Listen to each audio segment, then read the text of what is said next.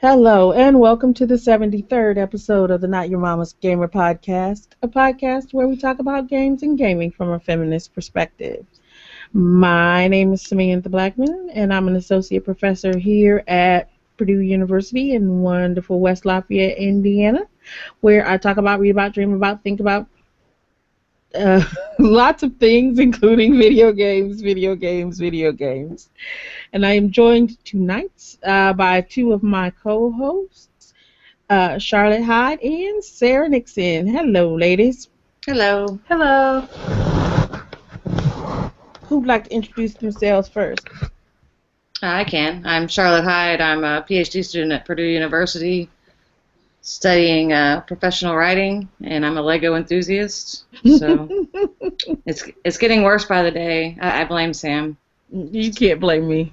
Is that what you're calling it now? Lego enthusiast instead of an addict? Yes. Yeah. I actually think that's what most professionals do, right? Yes. Is they call themselves enthusiasts? Enthusiasts, yes. Probably. Yeah. I'm going to start calling myself a video game enthusiast. Exactly. I'll take it. Sarah? I'm Sarah. I am currently a senior, about to graduate in May at Purdue, undergrad, studying creative writing and professional writing, looking to get into the gaming industry after I graduate. So I am on the job market. Hire me, please. Yay. All right, so we'll do our usual thing tonight, which is the what you're playing, what you're reading, what you're drinking, before we get into the meat of the evening. So let's start with what you're playing. Charlotte, you're first up on the show notes. What you playing this week? Well, Rayman Legends, but I blame that on you too because I wasn't playing everything on me. Well, no, I can't because I wasn't playing it for a while, and then we talked about it the other night, and then I picked it up again, and I was like, what am I doing? So it's super fun. I still love it. I got back into Lego Movie, also super fun. I don't have much new to add to that. And random Lego games I found on the Kindle, which are surprisingly addictive, and they were all free. So, well, they weren't all addictive. One of them, Lego City Rapid Rescue, wasn't that fun, but the other ones were Lego Star Wars: The Yoda Chronicles. Very fun. So are they like the regular Lego? No, they're like, well, you haven't played Kindle games, but they involve the touchscreen, and they're much more simple. Okay. But they're still fun, quick games. They're sort of challenging, so except for the Rapid Rescue one, that was just kind of stupid, but the other one. Maybe we'll have to try. I'm gonna have to try some of those out. I hope my Kindle's charged. Yeah, they're free, so you can't go wrong. No. All right, Sarah, what you playing? I am playing still mostly Lightning Returns, but I'm getting closer to the end now. So, even somehow in a game that's all about the importance of time, I am still taking forever. That always happens when I play Final Fantasy, though. But I'm getting close. Still doing the Pokemon competition with Dan, so I was playing Pokemon X. We played a lot of Boom Blocks Bash at the Purdue Women Gamers Group unofficial meeting. So there's that, and then also Ghost Stories. Yeah. Which I am slowly, which is not a video game, but it's a board game, but I'm slowly getting more people addicted to it. I feel like I get them to play once, and then they're like, they lose, and then they're like, now I have to play this game until I win. So yeah, that was a good one. It's one of those games that you can like almost never win. Yeah, we did though. Me and Dan, we finally won. But we were on like the very easiest level, giving ourselves like the 5 health instead of 4, which is they recommend like if you're on easy and you still are having trouble, give yourself 5. So we did it with 5. I think we would have been okay with 4. But, yeah. But now, Abby and Kayla, who were playing it with us, they, like, are very aggressively demanding that they come hang out and play Ghost Stories. So, getting people addicted to Ghost Stories. I think I could get into that. It's fun. It's a fun really game. It's really frustrating, but like you're like cursing the game, but then you really at the end you're just like, I have to do this again. It's very driving, I guess. Cool. All right. Well, I guess it's my turn. I have been playing mostly, kind of same kind of stuff. I've still been playing Bravely Default, which I imagine I'll be playing for quite a while because, I can't see a JRPG of this sort on the DS taking, any small amount of time, especially since you tend to play it in smaller chunks. Yeah. I've also still been playing Hearthstone. I did play a bit of Minecraft on the 360 last week, and let me explain. I know I've talked about that game horribly in the past. P actually wanted to start playing Minecraft because she's got tons of friends at school that are playing Minecraft. So she wanted to start playing Minecraft. So I figured I better, bone up so that I can, teach her kind of the basics and then pass it off to her and let her kind of go for it and see how she does. So we spent, 1 or 2 good evenings, small chunks of time, of course, playing Minecraft and playing around with it and playing at it. And it still drives me absolutely nuts. I just cannot get into that game. And I don't think that she's into it as much as she wants to be. More than anything else, she just kind of wants to play because all her friends are playing. And she likes the idea of building things, but I don't know if it's my kind of lack of enthusiasm that is kind of rubbing off on her or what. So we'll see how that kind of pans out in the end. But what I did start to play this week, because the beta came out yesterday, actually, on the Xbox One. It's been out on the PC for a while. Is Project Spark, Microsoft's Project Spark, which is kind of Fable meets Minecraft in that you are building this world, but so you can build it in 2 different ways. You can build like a story or build a game, right?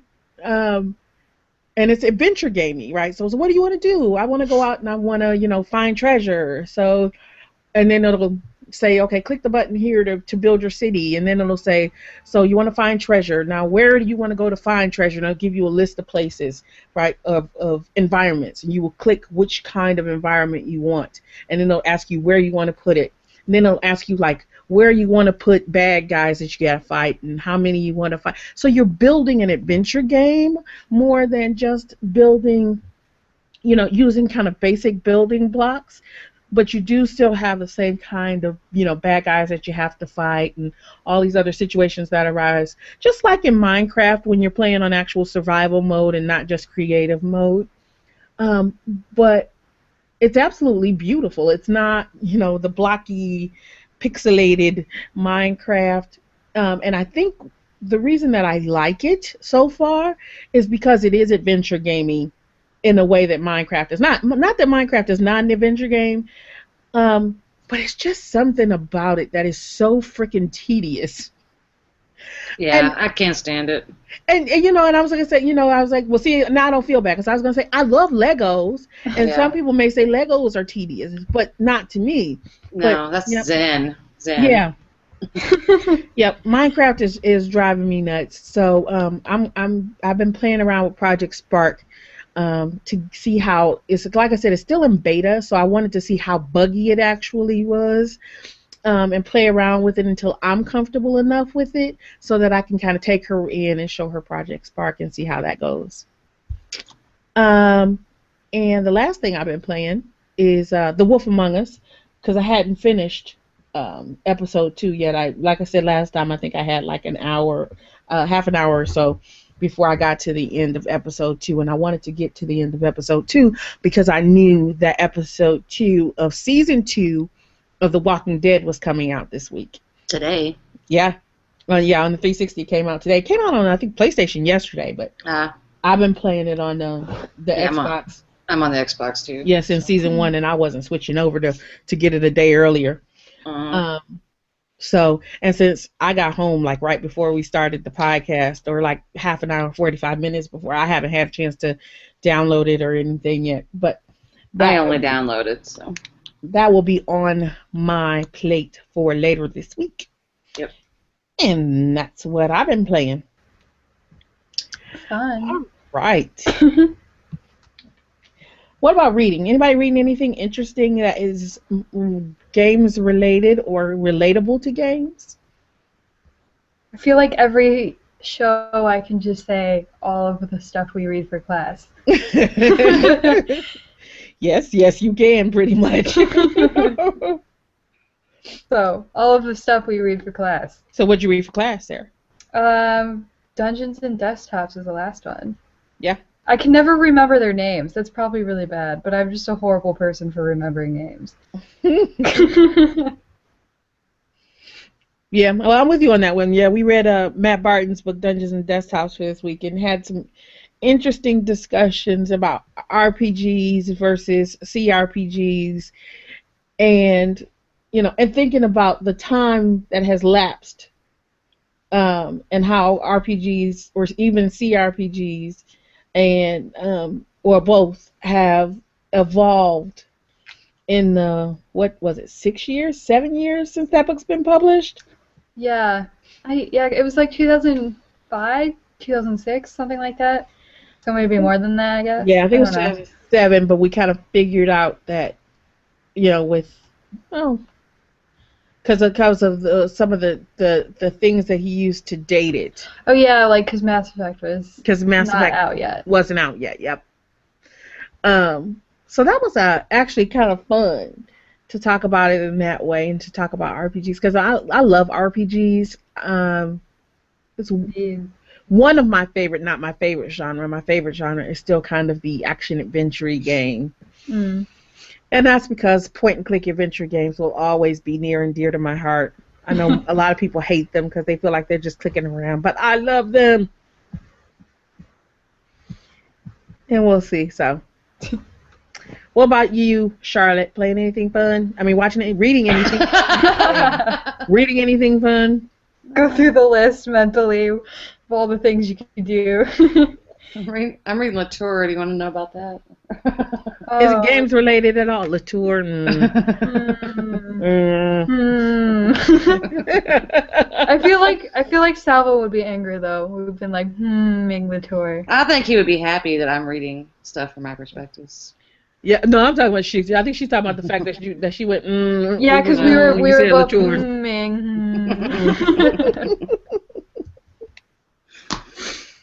No, still prospectus mode. Well, that's understandable. You got lots of stuff to do. All right, here's a fun question. What y'all drinking? Well, I'm drinking the thing that Alex keeps making fun of me for, which is wine and sparkling water. Oh, wine spritzer, yummy. I like it.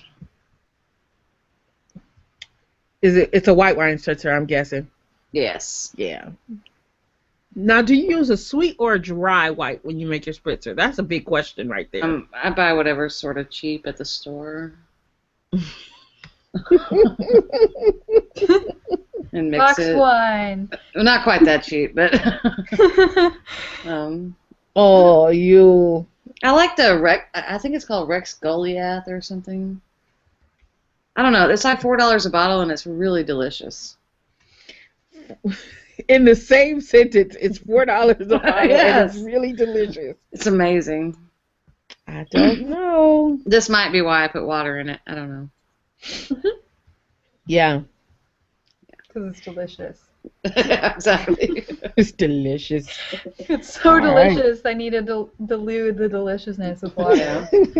I can't handle all the deliciousness at once. Yeah, it's not fine wine, but it works.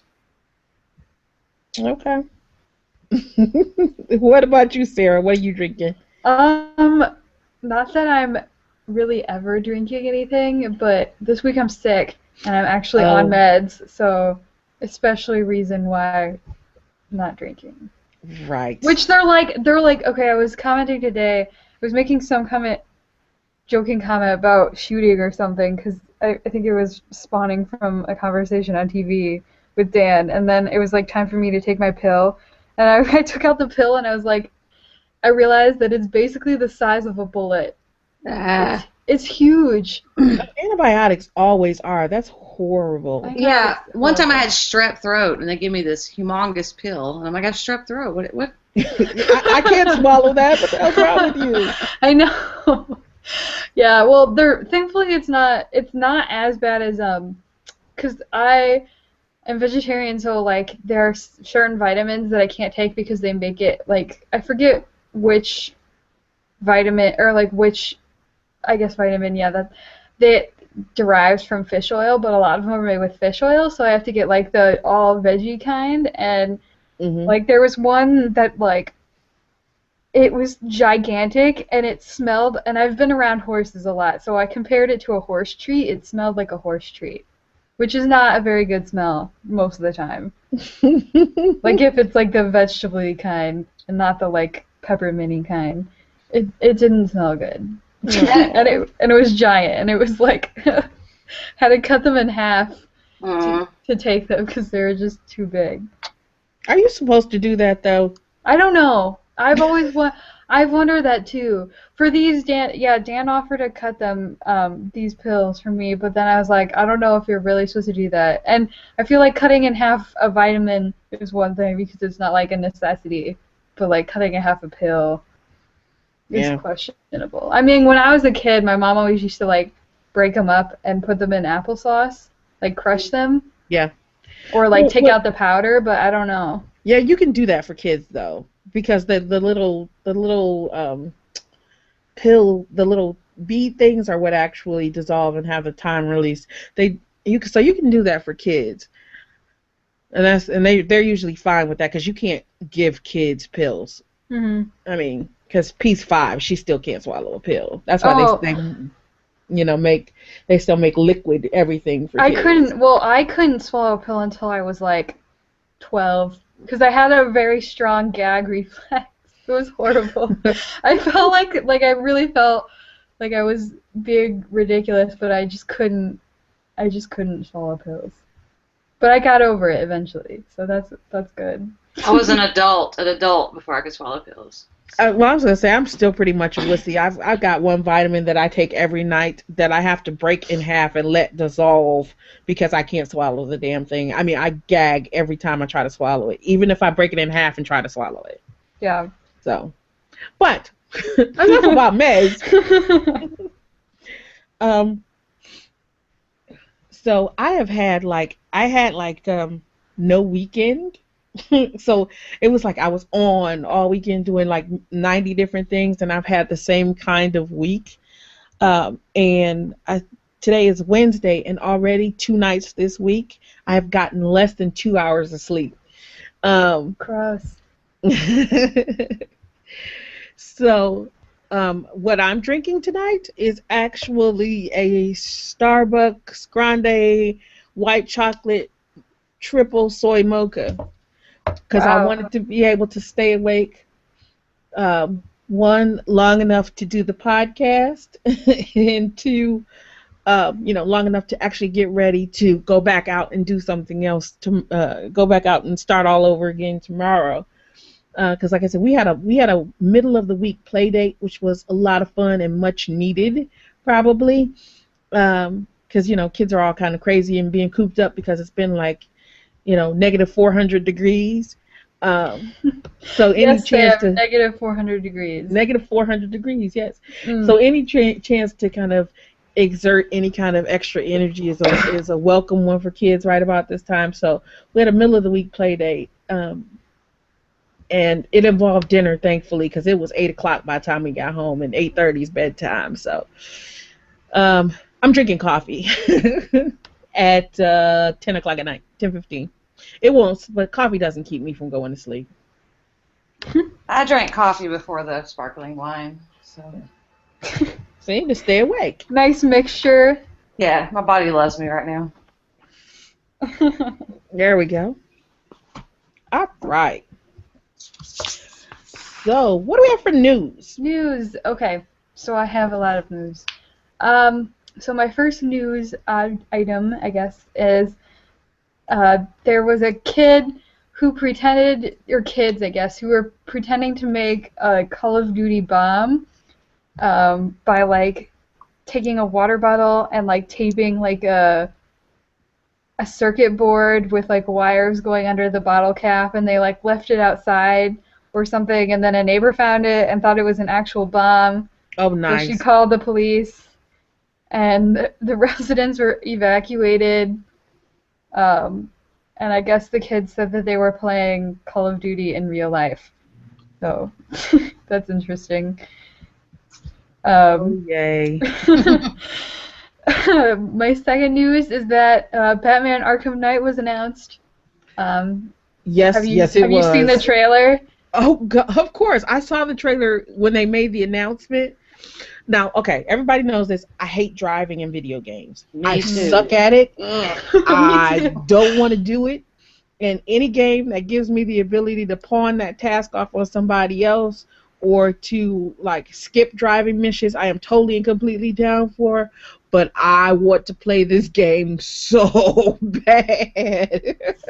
Because they revealed today, because Game Informer is doing like a new little bit of information about the game like every day. Mm-hmm. And they revealed that they're making the primary villain in this is an all new villain of their creation. Yeah, I heard that. That's what the Arkham Knight comes from. It's like he's the villain, I guess. Well, I guess we don't know it's a he, but assuming. Assuming it's a he. Assuming it's a he. Oh yeah, I really want to play this game. It looks interesting. Pretty Although interesting. I consistently dismayed every time of what outfit they put Harley Quinn in. Mm-hmm. Like every time it just gets a little bit worse. Yeah. Yeah. That's true.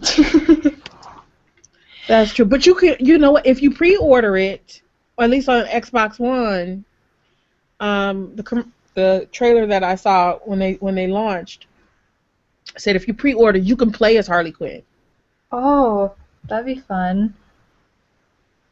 I was like, oh yeah, I could have some fun with that.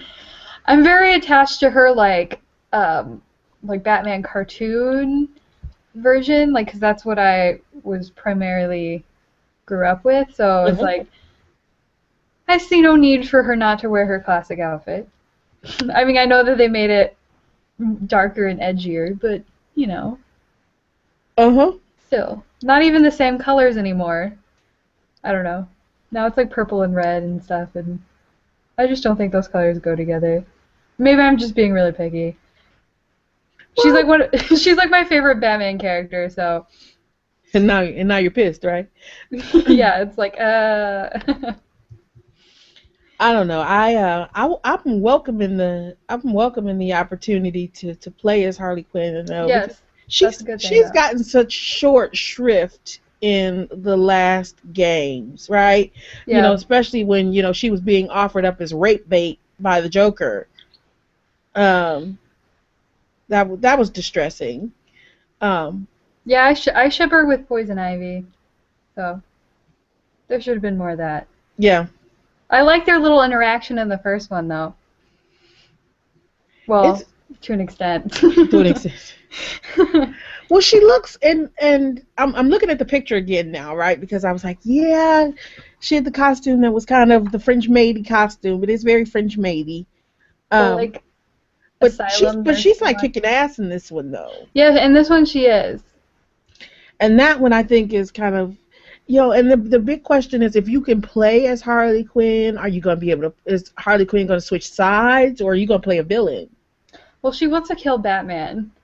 Yeah. So, but then it's also like, the whole thing is that with Joker dead, now the villains, like, realize that if they team up, they can take care of Batman easier because because I watched the interview that Game Informer did with the creators today, and it was like they said that the Joker kind of acted like he kind of like sabotaged the relationships between the villains so that like they never really were working together, but now that he's gone, like they've decided to work together. So now it's like they better not screw over Harley Quinn.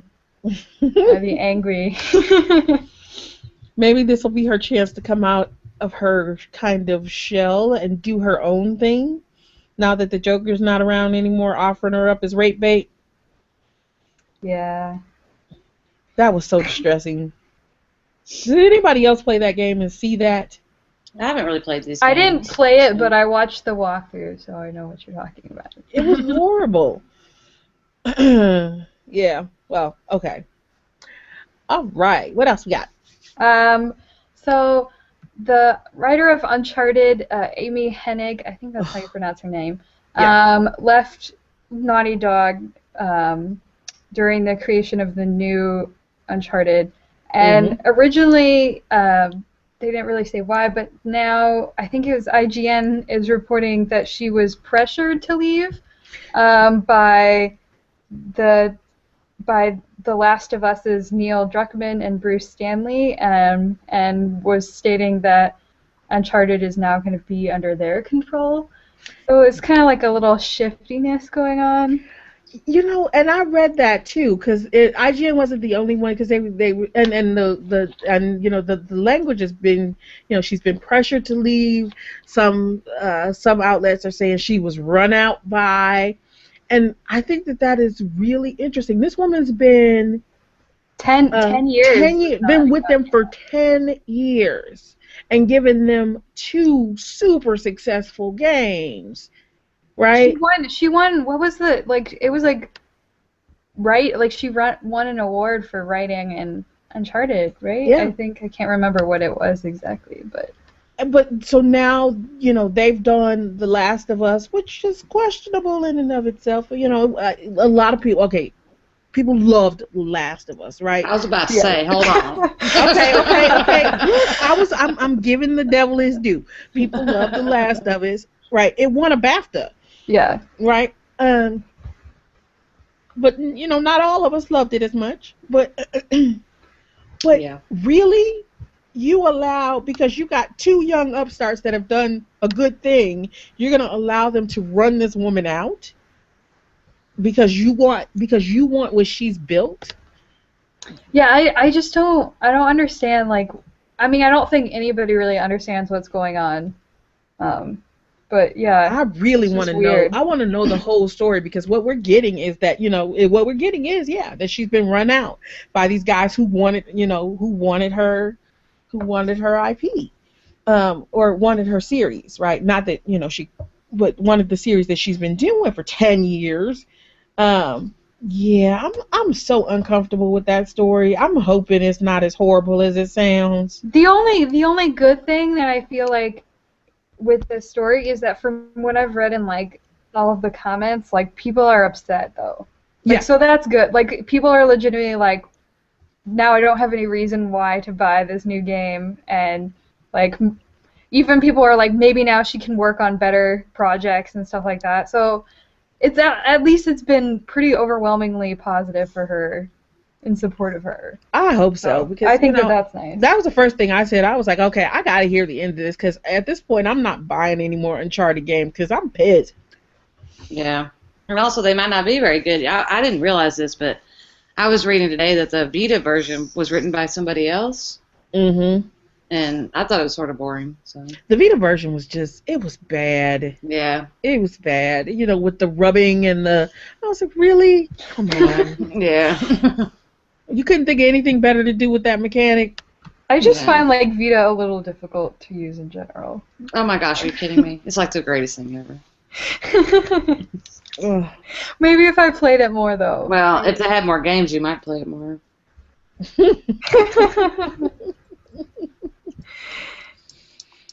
Yeah. Anyway, my last piece of news is I've decided to do a Rumor of the Week segment.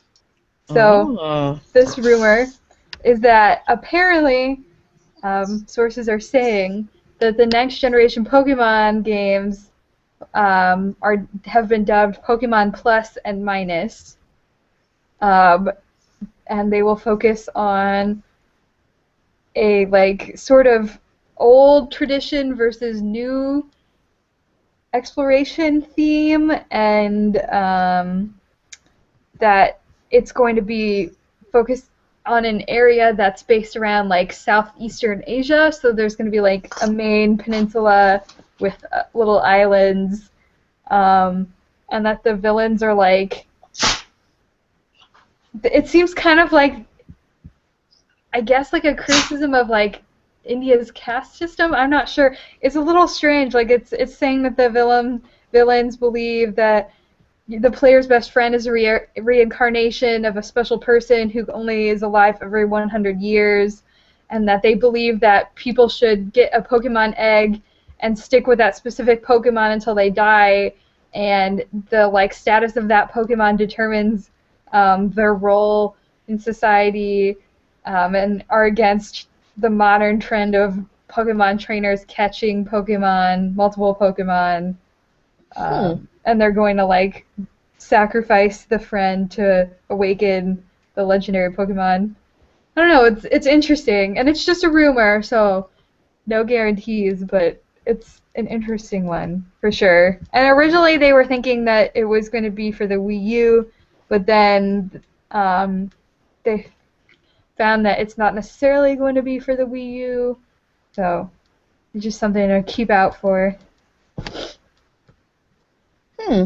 That sounds interesting. So is it going to be not like the traditional Pokemon game or like the ones we've been playing, but more like a RPG/adventure game? Is it going to be the same genre or? I don't know. I think that they said that one of the parts of the rumor was that the development team is, quote, going to put a lot of ideas they have wanted to do for years in this game. Mm-hmm. So maybe something different. There was even like, they thought they have like the starters, like a water steel, a fire fairy, a grass electric, which is an interesting combination, and then the legendary psychic ground and ghost fairies. So in like that regard, it seems similar, but I don't know. I guess we'll have to find out. I find it interesting that this is being leaked, like, and Pokemon X and Y are not very old. No, they're not. And they came out this summer? It's a very quick. If it's true, then it's a very quick turnaround for the next edition. Because it's usually a couple years between. I don't think. Yeah, I'm not exactly sure how long, but it's not this quick. That's for sure. Because there was Black, White, and then Black and White 2, right? And that one's unusual. Like, they don't usually do the direct sort of sequel. So that was strange in and of itself. But yeah, before Black and White, they did the... well, they have been doing the recreation, so like, Fire Red and stuff like that. Mm-hmm. But, yeah, I don't think it's usually that quick that they make another Pokemon, which is why when they do another Pokemon, it's more of a big deal. So, I don't know. I mean, just because they have this information also doesn't mean that it's coming out anytime soon, so... That's true. Could be a while. It could be something they're just working on. Yeah. Okay. Is that it for news? That is it for news. That's good. All right. So next up we have, we have indie game of the week, and I actually had an indie game that I've been playing, or actually been playing a couple of different ones of the same game series, shall we say?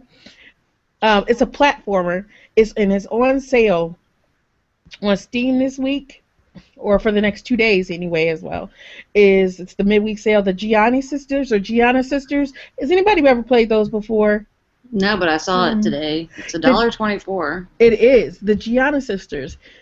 Twisted Dreams: Rise of the Overlord. And I've never bought these games on Steam, even though Sorry. I always get them on like Good Old Games, or I've got a couple of them on iOS as well. And the very first one, I remember the very first one. I can't remember what year it came out. The very first one was a direct knockoff of Mario. It was like it was just a Mario game, and they just put the Gianna sisters in it. But they got ripped a new one by a number of different people for that reason. But they've had a number of iterations of this same game or another in this series since then, and these games have just gotten better and better. Like I said, I'm not a huge platformer fan. I am. You love these. It looks like fun. It is a lot of fun, and I play a lot of them on iOS. For me, they were always they were a little unwieldy on a full-size iPad. Mm-hmm. They were a bit hard to see on the iPhone, but you know what kind of has been the sweet spot for these games for me has been the iPad Mini. Because you're working with the touch interface. Yeah. But they're great games and they're really pretty. And you get to play as kind of these you get to play as the badass sisters, instead of as your typical male platformer. Your typical male platformer hero. Definitely something to check out. And at $1.24. Can't go wrong. You can't go wrong. And and even like I said, if you want to go back and check out some of the older ones, and DRM's not your thing, you can buy them like everywhere, DRM free, and they're always fairly cheap.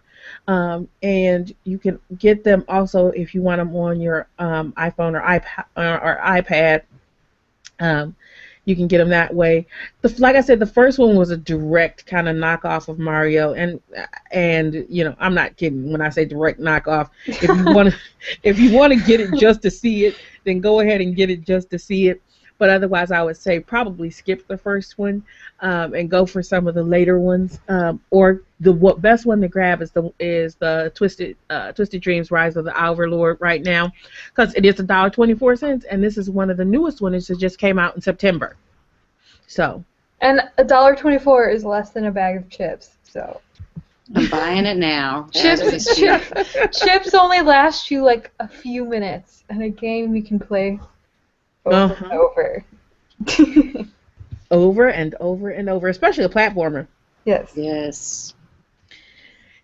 Yeah, see, I just looked at this, and it even got a good Metacritic score, which is, not that Metacritic means anything at all, but I always think the folks at Metacritic hate everything, and I never pay attention to them because they always give things really low ratings, and then it's like a game that I really liked. But they didn't. They gave that. Maybe it works in reverse. If it's a game that I really like and they give it a high Metacritic score, maybe it is really a bad game. But anyway, so check that one out. Definitely, $1.24. You got as of 10:30, you got 38 hours and 28 minutes to buy it. Just bought it. Yay! Tell me now you gotta tell me how you like it. Yeah. Once you play it, don't play it now. I mean, it's not like I have a backlog or anything. So. All right. And so now we have our issue of the week. Which is ethics in games, right? And as Sarah said, that we've been every week she wants to say it's whatever we read in class. Yes. One thing that we read in class has been we read one of Miguel Sicart's books on ethics in video games. But so there was a lot of discussion on ethics in games that's kind of come from a lot of different places. and I thought it would be interesting for us to talk about ethics in games, not in the traditional, here's an academic text. Let's talk about what this text says in relation to games, but just kind of how we see ethics operating in games. Excuse me, I'm stuffy now. It's my fault. It is your fault. Whatever you came to class with that I did. disease you got over there, sinus infection, and passed it. If I get a sinus infection, I'm killing you. And in the game, but ethics in games, and we thought it would be fun to talk about. So I think it's pretty interesting because ethics in games has been this larger issue as of late, as if it's a new thing. Right, as in there's never been ethical issues in games before. Yeah. And that's interesting, and I think one of the reasons that it's kind of come to the fore is that people like to think that all of the ethical choices at this point are now put on the player rather than anybody else, as in the developer, right, and the choices that are embedded in the game. Because there is that I don't want to say that it's not a true one, but there is that idea of a choice, right? So it's like, okay, here are these things, choose one, right?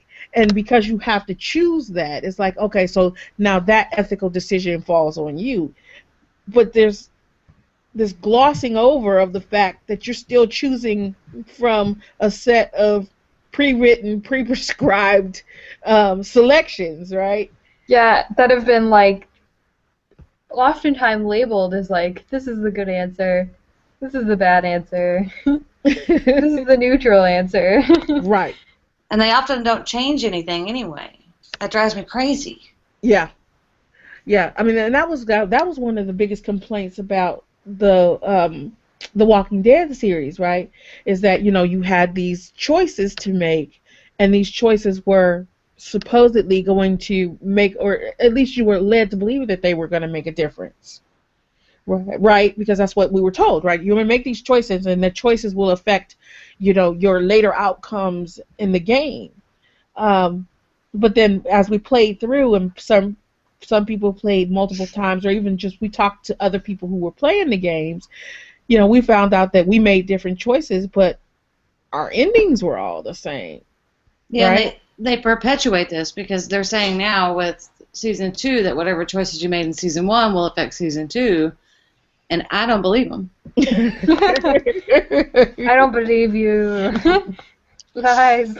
It is lies. So I played season 1 on Steam.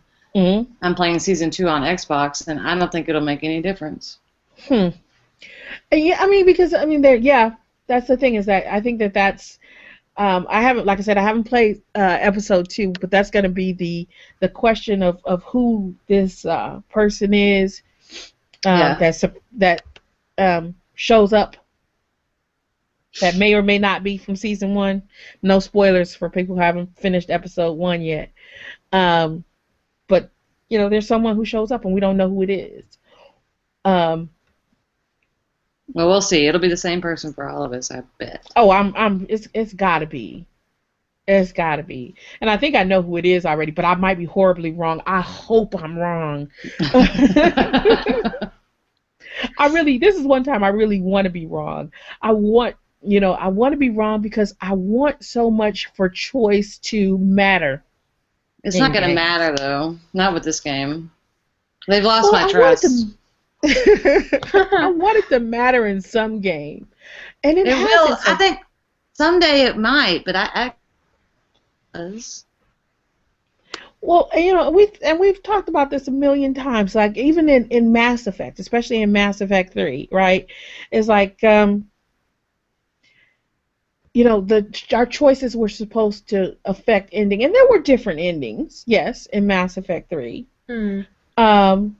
But but not different enough for a lot of people. I was fine with the ending because, like I said, I had been playing that game for a long time. I had played all three. I had played all three parts of the series of the trilogy, and I was perfectly happy with the ending. I think I was like one of two people who actually was, and I'm okay with that. Um, but what one of the things that did bother me was the true black and white nature of the choices that you made, right? Because yeah, even though they gave you a wheel with 8 choices, dialogue choices, um, as you were kind of playing through the game, there were renegade options and paragon options. Um, and this is where it kind of slaps you in the face that a lot of the ethical choice kind of lies with the game itself, because I made a number of different choices that were pretty much 100% renegade. I'm not going to even hold you up. I was like, I'm playing this game as a badass, and I'm going to do whatever I want to do. I'm going to play completely renegade. Um, but what that actually did was it made certain decisions for me. Like when I tried to shoot to wound someone in my mind, because I had been playing completely as renegade, and that's how the game read me. It removed all choice for me and killed the person. Yeah, like there were certain options that weren't available to you if you had gone too far in either direction anymore. Right. So it was like, oh, like it was like, because I play mostly in Paragon, but I would think that yeah, like if you were playing Renegade and you got too far, then it's like, oh, now you don't have any opportunity to negotiate. You have to go straight to threats or like violence. Mm-hmm. Yeah, and that I mean, it's like, so we can't say that the onus lies on the player at that point, because the player doesn't have that choice, right? That choice is taken away from you, right? So you can make a choice, but you can only make a choice from within a very limited selection of choices. Well, I feel like The Walking Dead sort of does the same thing, because if you don't make a choice, you're still making a choice to not say anything. Yeah, that's true. So you And can't. that gets read another way. Yes, even if they give you, say, 4 choices and I don't like any of them, it's still doing something. Which is, and also like, because when I play, it's like they don't even give you a lot of time to make the choice. No. Which I know is No. like for a reason, like because in real life you wouldn't have that much time, but like still it's like you don't get to think about it. You're like, choice. And sometimes I just wasn't paying attention and it popped Yeah, up and I'm like, oh crap. And you're like, I gotta pick an option. Now, here's a question, and maybe it's just me, or maybe, I play too late at night when I'm already tired, but it seems like you have less time to make a choice in The Wolf Among Us than you do in The Walking Dead. I haven't even finished episode 1 yet, so I don't know. It seems like those choices just pop faster. So, I mean, I find myself a lot of times I just make a choice before I get a chance to read through all of them, because the timer goes so dang fast. And I'm not a slow reader. No. I know. I know. It's not like I'm sounding out words as I go along, right? And that would be really hard for people with like dyslexia or something. Yeah, that's a good Right. point. Yeah. Absolutely. And there's no way to actually slow it down either. Yeah. There's nothing in the settings that can say, slow, because I mean, sometimes in the settings, you can slow down the speed at which text rolls or whatever. No, you can't slow it down. You have to make those choices in that same amount of time. So if you have dyslexia, or you are a slower reader, or, or what have you, or you're visually impaired and it takes you longer to read, for any reason, you're going to be at a disadvantage with this game. Mm-hmm. Yeah.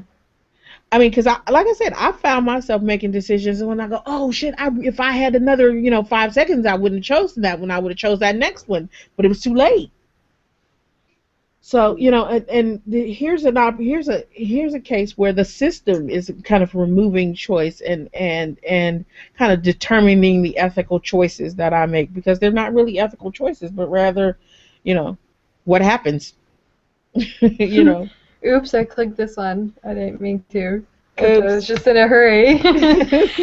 Or I didn't click fast enough, so I gave no answer rather than the answer I really wanted to give. Yeah, was that's what happened in Walking Dead, even if it's a little slower. Yeah.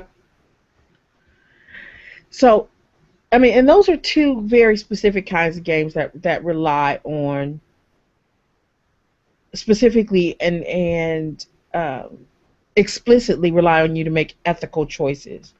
But like I said, and this is something that's been kind of pushed to the fore lately, right? Here are all these games that are asking us to think about situations ethically, blah blah blah blah blah. But as I said before, I think that the funny thing is that we've always made ethical choices in games, and they've just never been called that. Discrete ones that aren't like where the ethics is like one of the selling points of the game per se. Like, so it doesn't have like the ethical based system or morality based system that like Mm-hmm. Mass Effect has or something Right. like that. Yeah. I mean, what game doesn't have an ethical system of sorts? Is a bigger question, right? Or Yeah. what game don't we make ethical choices in? Mhm. I mean, even if we play, I mean, we can play certain games. I mean, and I've thought about this a lot, even playing um like Super Mario 3D World with P, is that she doesn't like to fight in certain games. Like if we play Nino Kuni, she likes to fight. um, but in Lego games, um, and unless it's just one on one, she doesn't like to fight. Is it because they explode or something? No, she doesn't like the fact that there are too many of them and she might get hurt. Yeah, they send like Um, 18 at you at a time. Yeah, if it's one on one, she's fine with fighting. But other than that, mm-mm. mm. Um, and when we play the Mario games, she doesn't like to fight because once again there's too many of them. But if she has the little white raccoon suit because she's failed a level too many times and she can just walk through them and like kill them all, she's fine with that too because there's no danger to her. But uh, but when there's danger to herself, and for the most part in any game, in most games she makes that choice. And this might be because in Nino Kuni they explicitly say that the characters that you fight don't die. I mean, there's actually a conversation between the fairy and the little boy who's the main protagonist. Then the little boy questions it early on. Oh my God, are we killing these things, right? And the fairy tells him, no, we're not killing them. For some of them, what happens is you're breaking this magic spell that's made them evil, and they go back to being good. And for others, we are just sending them to a better place, is the way that they put it. But they're not dying. Oh, that's a Right? very good kid strategy, I think. Yeah, it is, right? Like you're So- saving them. Like you're saving them. Exactly. That's exactly what it is. You're saving them by defeating them, because you're not actually defeating them, but you're defeating the evil wizard who has possessed them in some way, shape, or form. So she seems to make this ethical decision not to fight these characters, um, and she will want to, like when we play Super Mario 3D World, she'll try to go around them or jump over them. But not to actually, like she will try not to jump on the heads of, of the little mushroom guys, or jump on them, but she wants to go around them or over them. And that's a very interesting, because we never think about platformers in terms of ethical decisions, right? Because platformer has, there's what do we do in platformers? We go through and we kill everything in our way to get to the end. Except that your story is reminding me of the most ridiculous thing I do in Rayman Legends. Which is Each level you have 6 teensies that are in cages that you have to save, mm-hmm. and then 2 others that are in like little mini worlds that you have to locate and save. And so there's like 8 total. So of course you're going to miss some as you go through the game. Mm-hmm. And so I want to go back, and get them at some point. So I'll go back and replay a level, and maybe I only need to find one teensy or save one of them. Mhm. But as you're going through it, they're like, help me, and I can't help it. I have to save them again. Even though it doesn't do anything for me, I can't stand it. I'm like, okay, I'm coming. Because they're there. Because they're asking for help. They're saying, help me. Help me. Yeah, I can't mimic the voice, but I know what you're talking about. I mean, and that even goes back to, okay, did anybody else play the first BioShock? I I did. did, yes. Okay. Yes. Little Sisters. Yes. Yes. Too. Oh, I saved all of them. Yeah, me too. I mean, you're looking at who, it's like there's an ethical choice, right? Did you save them or did you harvest them? Right. I was like, really? Are you kidding me? Yeah. That's not a choice. The harvest that like it, even like harvesting them, like it wasn't that much of a benefit really. Like I can't remember exactly what the reward was, but like I remember being like, well, that's not that much of a difference. But what if it had been? Well, I was going to go back I and still play it wouldn't again, have, but yeah. I still didn't, wouldn't have so. harvested them. I wanted to play it again to see, but I mean, who has time for that? So It's not like GameStop coming out, right? yeah. I mean, these are, and that's what's really interesting is that there are ethics embedded in all of these games, right? Even in the choices that we make, and that also in the choices that are made for us in terms of how the narrative is written, right? Because it's like even when you play Donkey Kong, it wasn't like it was animal cruelty and we were going to, kill innocent chimpanzees that were just swinging in trees and eating bananas, right? You were going to kill this raging gorilla that was throwing shit at you and trying to kill you and had held and was holding the princess, right? So I mean, I think PETA would disagree with you though. they probably would. Yeah. Yeah. They objected to Mario's Tanuki suit, so I don't. And they can't get mad at me because I'm vegetarian, so. Yes, it can. Do you ever like play Mario as a raccoon in his little Tanuki suit? Well, yeah. Okay, then see, you're an evil person. And so I mean that there's another ethical issue, right? Are you being ethical in that you are, Well, I can't say that I ever really thought that his Tanuki suit was actually the skin of a raccoon. Well, why wouldn't you think that it had a raccoon tail on it? A costume. It's like a furry style costume without the face. Yeah. Well, I mean, okay, that makes sense. Yeah. But no, it doesn't. Anyway. Yes, it does. Yeah. All that aside, I start to think about all the other kinds of ways that we see ethics at play in games, right? In the narratives, in the choices that we make, in the choices that are made for us. And then I also start to think about some of the really kind of questionable games that have come up. And I start to think back to our last episode about which games we have had to not play because of something that goes on or something that in the game or around the game, right? And ethics is embedded there as well. I mean, there's always crazy games, right? That are like, okay, well, holy shit, I really can't play that because X happens. But then even like talk about ethics around games, right? Like our discussion earlier during the news portion about Uncharted, right? And whether or not we're going to play the next Uncharted game. I mean, that in many ways is it's an ethical decision that we make, right?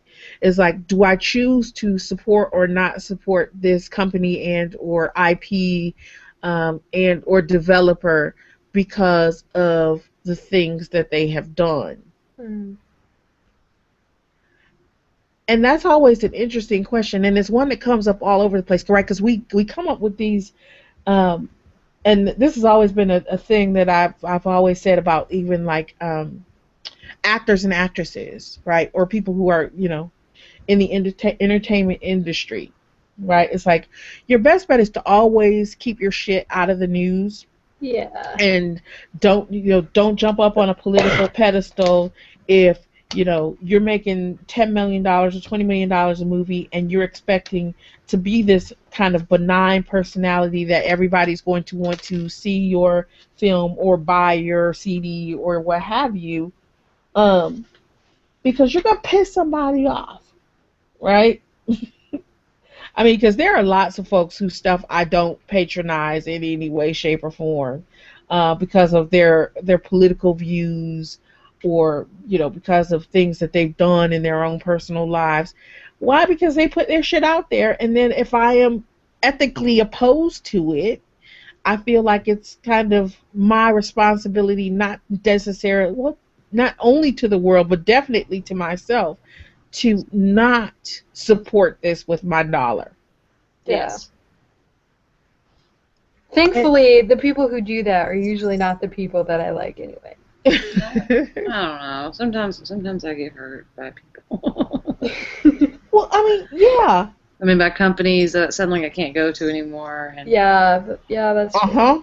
and I liked what you said, Sam, about more about yourself, because I do that too, and I get pushback from people like, and it's like, but I'm not going to go because I'm not comfortable with it. So that's just how it is. And sometimes you have to, Yeah. right? I mean, because in many ways not you, but I, right, have to stand up for something or something in some way, because it's only by standing up for those things that you can kind of try to make or start to make any kind of change in the world, right? Yeah. It's only by saying, I'm not gonna buy. Oh, I don't. Well, I'm not fucking call people out. Like I not only don't will I never buy a Chris Brown CD or watch a Chris Brown video. I don't even let that shit play in my car Yeah. when it comes on the radio, right?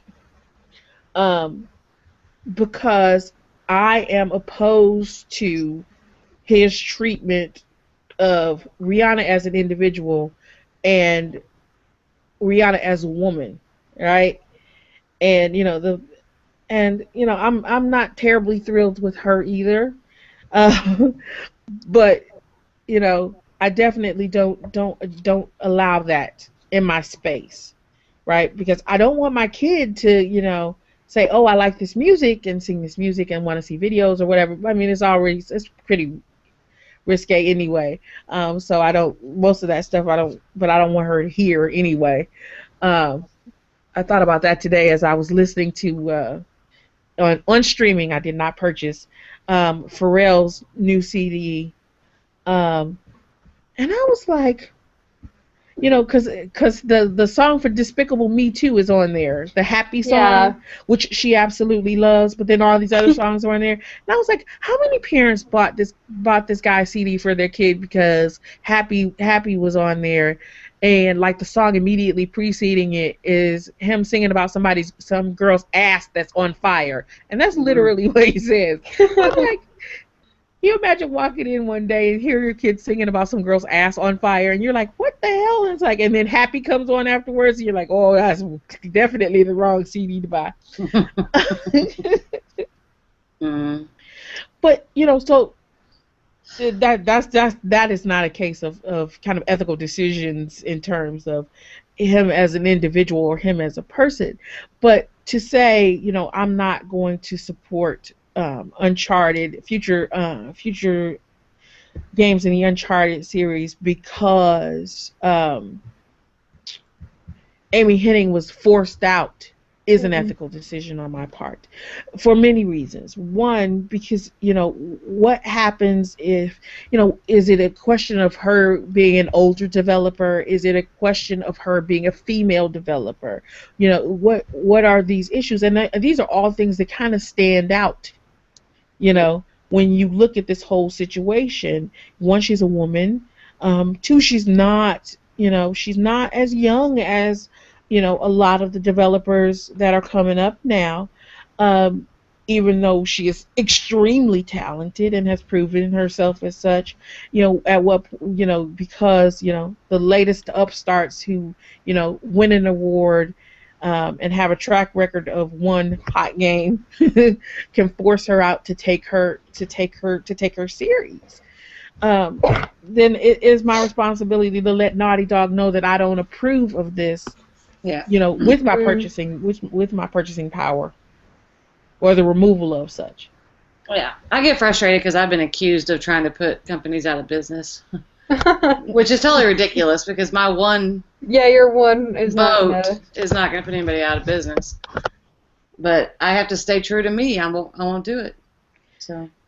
It's like, yeah, but at the same time, if my one vote could put them out of business, then hey, good, damn it. But I feel like in that case, I'm still not putting them out of business. They're putting themselves out of business. Yeah, it's true. Whatever. Yeah, I mean, but that's what you have to be true to yourself at the same time. It's like, oh, you're putting somebody out of business, you're putting people out of work. No, I'm being true to myself and saying I can't support this in good faith. Yeah, and it's really hard to get me back once you've pissed me off. Oh yeah. Yeah. And I mean, I'll just say that, like, I don't want to call anybody out either, but I'll just call this one out because everybody's mad at them all the time. But I don't shop at Walmart, and that was who I was accused of going to put out of business. And I'm like, there's no way I can put Walmart out of business. They don't even notice I'm gone. They don't care. No. No. And it's like I genuinely, it's funny because I try not to go to Walmart. I really, really try not to go to Walmart. But there are, like, from time to time, there are times that there's just no getting around it. Like when it's 3:00 in the morning and your kid's puking and you need Pedialyte and there's a Walmart on the corner, or I can take 20 minutes to drive to Myers, which is the only other place that's open at 3:00 in the morning. Yeah, right. At that time I gotta go to Walmart. Yeah. And so it becomes that situation. It's like the lesser of two evils at that point. But I'm not doing my regular grocery shopping at Walmart for a number of reasons. But that's a choice that I make for myself, right? There are all kinds of quote unquote ethical choices that I make. And those are things that you make, for yourself and by yourself, and other people can't question. So, I mean, and it's not only in, like I say, in kind of the games or the things that go on around games, or not just about the things that go on around games, but people also can't question our choices in games, right? Like, because I know I laugh sometimes because people say, like, people who say that they played Dishonored all the way through and didn't kill anybody. It's so much easier to kill them. I hated that game because I wanted to play stealthy, and then it's like, whatever, I'm just going to kill you all. Right. So I can move on. and that's one of the reasons that I don't like stealth games, because stealth games try to force you into certain ethical choices, which is, be stealthy, don't kill anybody. It's okay to knock them out, but don't kill them. I'm like, yeah, give them a concussion, but don't kill them. And it just takes so much longer. Well, not only does it take so much longer, but it punishes you for not making the ethical choices that it thinks you should. Yes. And that was like the game, one of the games I really wanted to play, and I had pre-ordered, and I got it, and I played through it, and I absolutely hated it. And it's a game everybody loved. Well, not everybody. Lots of people loved. Deus Ex Human Revolution. I didn't play that. So. I never finished it. even though I really, really wanted to play that game and I really wanted to finish that game, because there were certain missions in there that you could only complete by stealth. And they were super hard, especially when you have a player like myself who doesn't usually play stealth games. Um, okay, yeah, penalize me for killing somebody, but don't make me keep going over and doing the same damn mission over and over and over Yeah. again. Well, that's what I felt like with Dishonored, though. I felt like it was taking too long. I kept dying. You have to do it again. But you could No. kill everybody in Dishonored. I Well, killed that's what I'm everybody in saying. Dishonored. At some point, I'm like, screw it. I'm just going to kill you all. But So I see, can what move on. pissed me off about Dishonored was that there was no. It was like the more people you killed, the darker your ending. Yeah. Because it was almost like it was the game expected you to be the better person, because like the people that you were killing, it wasn't like they were nice people. They had kidnapped the little girl. They were holding her. They had killed her mother. They had like falsely imprisoned you. I mean, they had done all this horrible shit, but at the same time I was supposed to go through and not kill them. Right. That I didn't get. I don't know, and it's like, why am I being penalized for this? Why am I going to get the quote-unquote darker ending? Killing is not the answer, Sam. Oh, is that what it is? Yeah. Negotiation. You can't negotiate either. You have to just, like, hide. Uh-huh. Hiding is a form of negotiation. Obviously, in some people's view, it is. You're just too set on killing people, Sam. Apparently. I just want to move through the game. You know, I don't want to stay here forever. That's what I'm saying. And that's like I said, that's what's really interesting, is that there are these ethics that are being imposed on you as the gamer, and if you don't like toe the line, you're being punished for it. Yep. And that is so problematic. I want a game ultimately that allows me to do whatever the hell I want to do. Make the ethical choices that I want to make. I don't know how it's going to give me all of those, give everybody that range of choices without giving them. They got to figure out a way to do that too. And I think it's hard. It's hard to code, and it's hard to like create that kind of system. Absolutely. So I will give. Because I do understand, like, that's got to be really incredibly difficult. Oh yeah.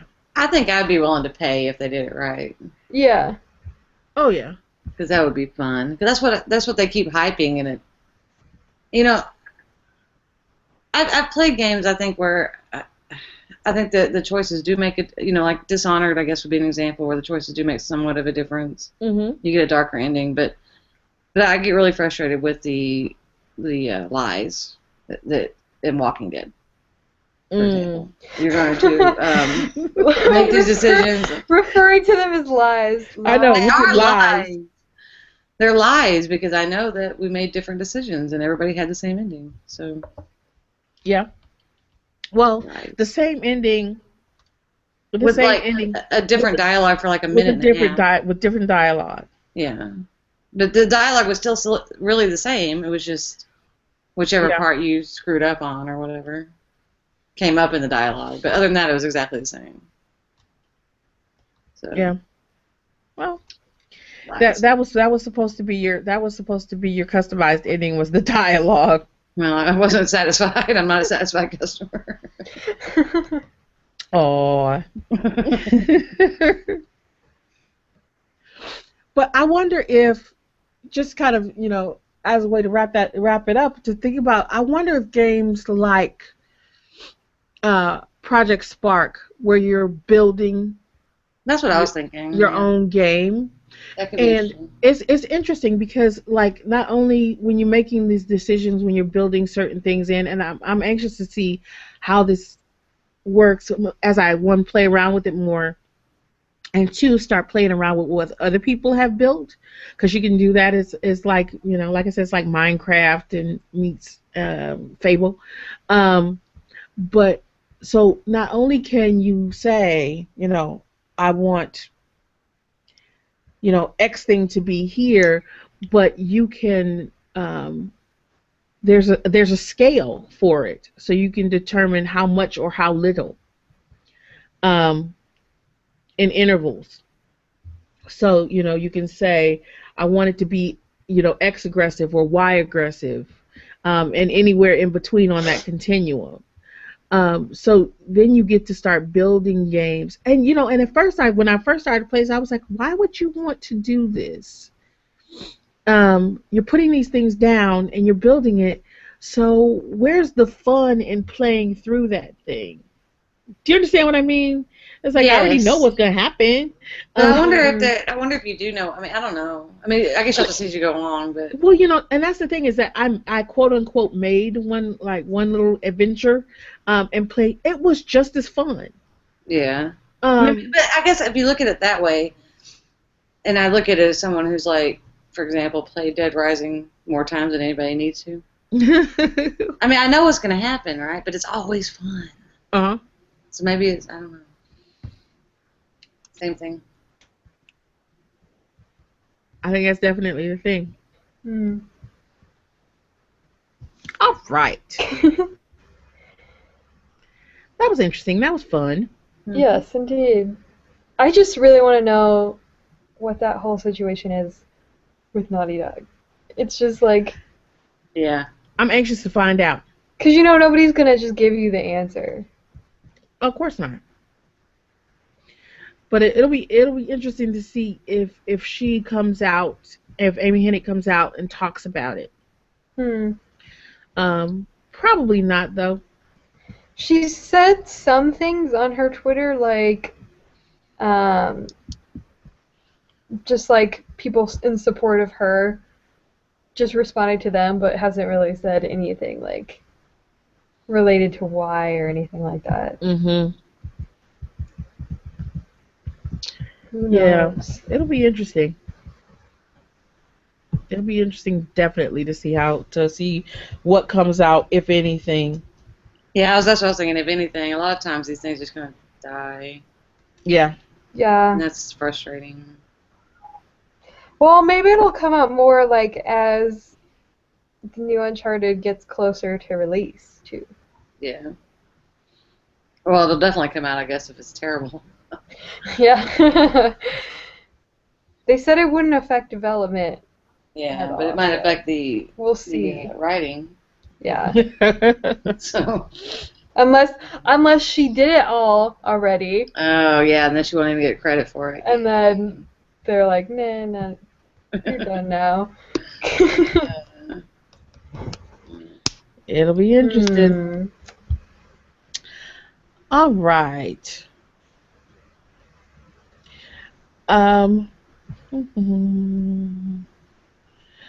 Do we have deals other than Gianna Sisters, Twisted Dreams for $1.24 it can't beat? Well, I don't have anything that can beat that. But I do have some deals. What you got?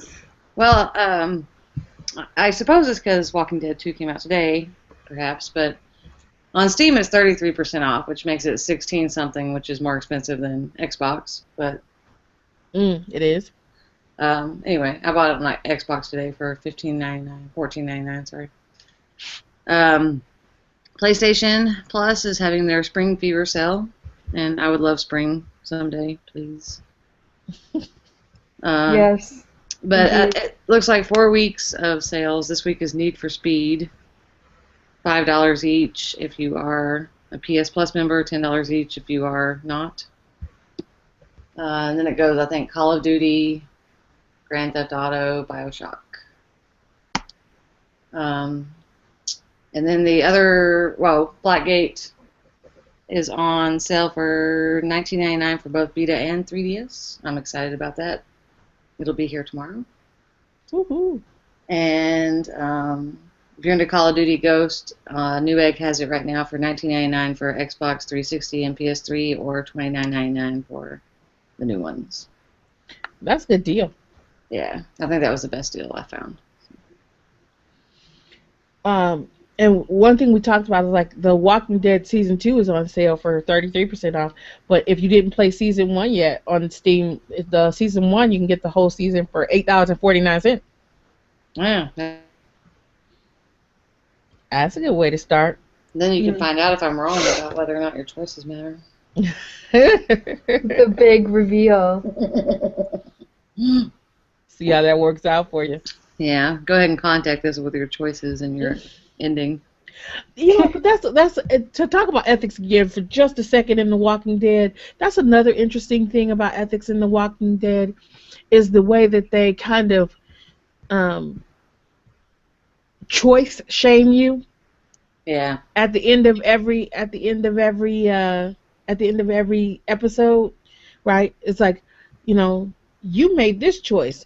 39% of all players made this choice, or 10% of all players make this choice, right? So you're being constantly held up to scrutiny. Because I always pick the majority. I guess I'm not very creative. To me, it was like, at the end, even like after you make the decision, and then they're like, so-and-so will remember this. And it's like, ah! That's another thing. And then there's the one scene I remember where basically your choice is to feed your kid or not feed your kid. Yeah. And you're an asshole for either way, right? So. Yeah. Yeah. I mean, but that so-and-so will remember this, or, you know, X will notice, X noticed you said that. Yeah. Those kinds of things are almost kind of paralyzing in that game. Mm-hmm. It's like, you know, because there have been times, okay, and I will admit that usually I made myself a promise. Well, not promise. I said to myself when I started playing this game, I'm just going to play this game straight through. I'm not replaying. I'm not doing this. I'm not doing that. But I did something in one of the episodes in the first season, and it was like Clementine saw that. And I was like, oh shit. Yeah. And I actually went back and replayed that so that I did something different. Because that was just paralyzing. Because I kept thinking, what if my kids saw me do that? There was only one time in the game that I wish I had gone back and changed the decision. Well, but also you have to realize, like, it's a zombie world, so it's like choices that you make in real life are just not practical when there's zombies. So I don't know. The choice that I would have changed that would have been practical or necessary. Zombies are not. Yeah. I'm going to ask you what it is after we're done because I want to know. Okay. And I'll tell you what I think I already told you before, but I'll tell you again. I wonder if it's the same one. I can't remember. We'll see. All right. So, those are our deals for Broadcast Gamers. Remember, you can contact us and send us email, voicemail, video mail, whatever kind of mail you want to send us at nymgamer@gmail.com, or you can use the handy dandy voicemail applet on our sites at nymgamer.com. We also have an applet at the top of our Facebook page. You can like us on Facebook by going to Not Your Mama's Gamer, or you can follow us on Twitter and get daily updates about our daily blog posts and when new episodes go up at NYM Gamer. And if Facebook, Twitter, or websites are not necessarily your thing, or regular old blogs are not your thing, you can definitely follow our Tumblr at nymgamer.tumblr.com, where you will get all of our daily posts kind of neatly escorted over to our Tumblr site. Thanks to the wonderful and creative Sarah. Tumblr. You don't have to miss it ever. Did I cover everything? You can reach us in all these various and sundry ways. We like questions. We like comments. We look forward to them. Please send them. And with that, we come to the end of episode 73. And we hope that you guys all come back and join us for episode 74. And until next time, Stay warm, stay dry, and as always, game on.